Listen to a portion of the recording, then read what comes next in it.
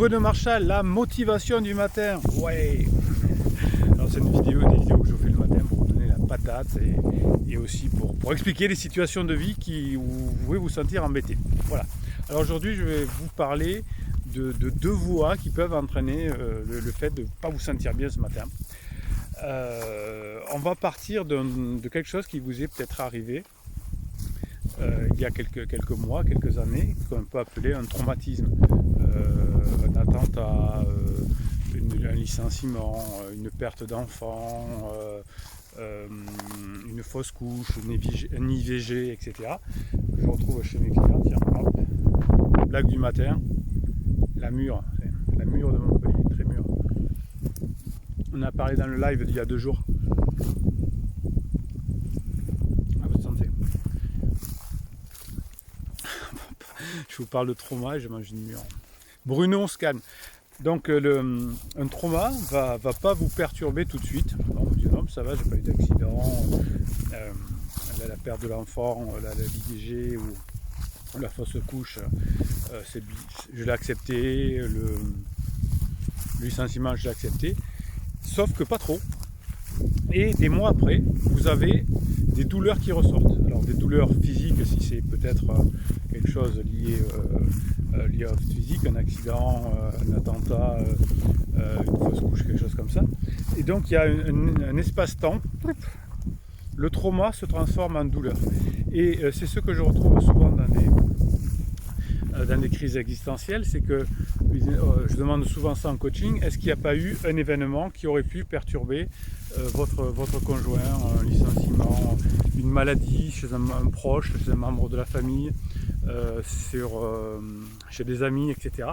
Ce trauma se transforme en douleur, et comme on n'a pas repéré ce trauma, finalement on dit non mais ça ne veut pas être ça, on croit que la douleur vient du conjoint par exemple, ou des enfants, ou des choses comme ça, et ce trauma qui s'est transformé en douleur, cette douleur va ensuite se répartir dans le couple par exemple, ou dans la famille. Et puis il y a un deuxième schéma finalement qui va se répondre à celui-là, c'est quand les douleurs vont se transformer en des douleurs de chaque jour. Si mon conjoint est en crise par exemple, si mon patron est infernal, la somme des douleurs que je vais recevoir chaque jour, eh bien, va faire que je vais, quelques mois après, être traumatisé, avoir un trauma.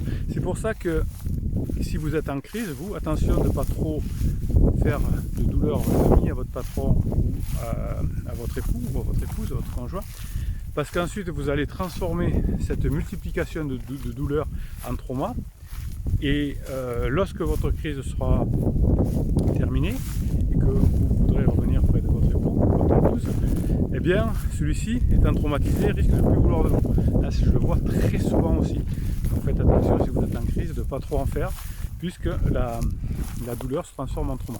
Alors, qu'est-ce qu'on peut faire quand on se sent plein de douleur, ou qu'on se sent traumatisé, qu'il y a eu, il n'y a rien, je ne sais pas pourquoi je suis traumatisé, je ne vois pas d'origine, ben c'est la somme des souffrances.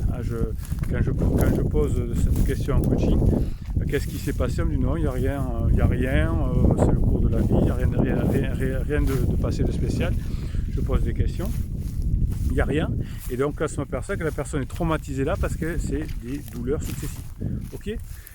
Donc quand je me sens traumatisé par ces douleurs successives, ou par d'ailleurs un événement, il y a des techniques comme l'IMO, comme le MDR, j'en parle dans la formation Confiance en soi, notamment, qui vont permettre d'éliminer ces traumas, qui soient liés à une cause que l'on n'a pas repérée, ou qui soient une succession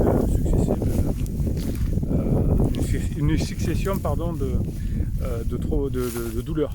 Donc l'exercice de MDR par exemple, ou d'IMO, va permettre de mobiliser en même temps, d'avoir une pensée sur quelque chose qui pourrait être l'origine de la cause. Et qu'est-ce qui va se passer ensuite?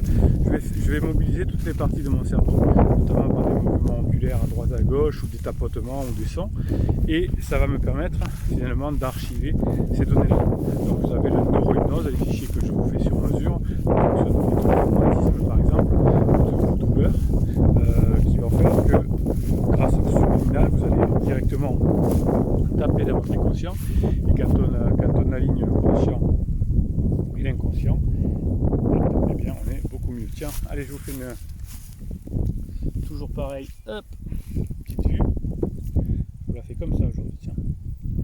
On fait un peu d'hélicoptère. Voilà. Ok. Donc qu'est-ce que vont faire ces traumas initiaux qui se transforment en douleur, ou ces douleurs successives qui se transforment en trauma? Eh bien on va tomber souvent dans des dépendances. Des dépendances de jeu, des dépendances au sport, et puis le plus souvent en dépendance affective de quelqu'un. Donc qui peut être un pansement, qui peut être mon conjoint, ou que je vais saouler, où je vais lui faire croire que je suis son papa ou sa maman. Et donc ces dépendances, notamment la dépendance affective, va créer des complications dans ma vie et des complications de mon couple. Donc, mercredi sortira la formation comment sortir de la dépendance affective, parce que c'est une vraie saloperie qui bouffe notre couple et qui nous bouffe de l'intérieur. Donc cette dépendance affective, elle peut venir effectivement d'une succession de douleurs qui se transforment en trauma, ou d'un trauma non identifié qui va se transformer en douleur plus tard. Réfléchissez à ceci. Je vous donne des devoirs, vous savez, sur ces vidéos du matin. Expliquez-moi dessous en commentaire pour éclairer notre communauté bienveillante et positive de douleurs successives qui ont pu se transformer en trauma, ou un trauma que vous avez eu dans votre enfance, ou il y a quelques mois ou quelques années, qui ont pu se transformer en douleur. Et si vous n'en avez pas chez vous, dites-nous, chez votre criseux, chez votre criseuse, qu'est-ce que ça a fait. Okay. Si vous avez besoin de vous faire aider en coaching, vous avez, comme pour les formations en descriptif de cette vidéo, le lien pour avoir droit à un coaching, 1 heure plus 15 jours de suivi de la formule d'efficacité. Vous avez les formations aussi qui sont là-dedans, et les fichiers de neurohypnose dont je vous parlais tout à l'heure. Écrivez sous vos commentaires là pour qu'on se nourrisse ensemble de vos histoires, et qu'on voit de plus en plus que finalement les histoires des uns et des autres sont pas si difficiles, sont pas si différentes plutôt que difficiles, et notamment quand on a un conjoint qui est en crise, on s'aperçoit que beaucoup de criseux, 95% ou 90% du temps, font exactement les mêmes choses, donc ça vous rassure. Donc écrivez le trauma ou les douleurs successives qu'ont pu avoir votre criseuse ou vous, pour vous sentir mal. Mettez un pouce en l'air pour que YouTube, qui est très intelligent, puisse proposer cette vidéo à des personnes qui en auront besoin, qui ont eu de trauma et qui ne s'en rendent pas compte, qui cherchent des solutions, et la communauté va pouvoir les aider. Vous allez aider les personnes qui vont venir sur cette communauté, et puis vous aideront à leur tour. Donc ça, c'est grâce à votre pouce en l'air qui va permettre, et vos commentaires, qui vont faire que YouTube, qui est intelligent, va proposer cette vidéo à qui est de droit et de gauche. Bruno, on arrête avec des blagues. Abonnez-vous à cette chaîne, car vous avez des posts qui vous sont réservés chaque jour. Et la dernière, notre private joke qu'on aime bien avoir ensemble, Bruno Marchal, il vous dit à très bientôt.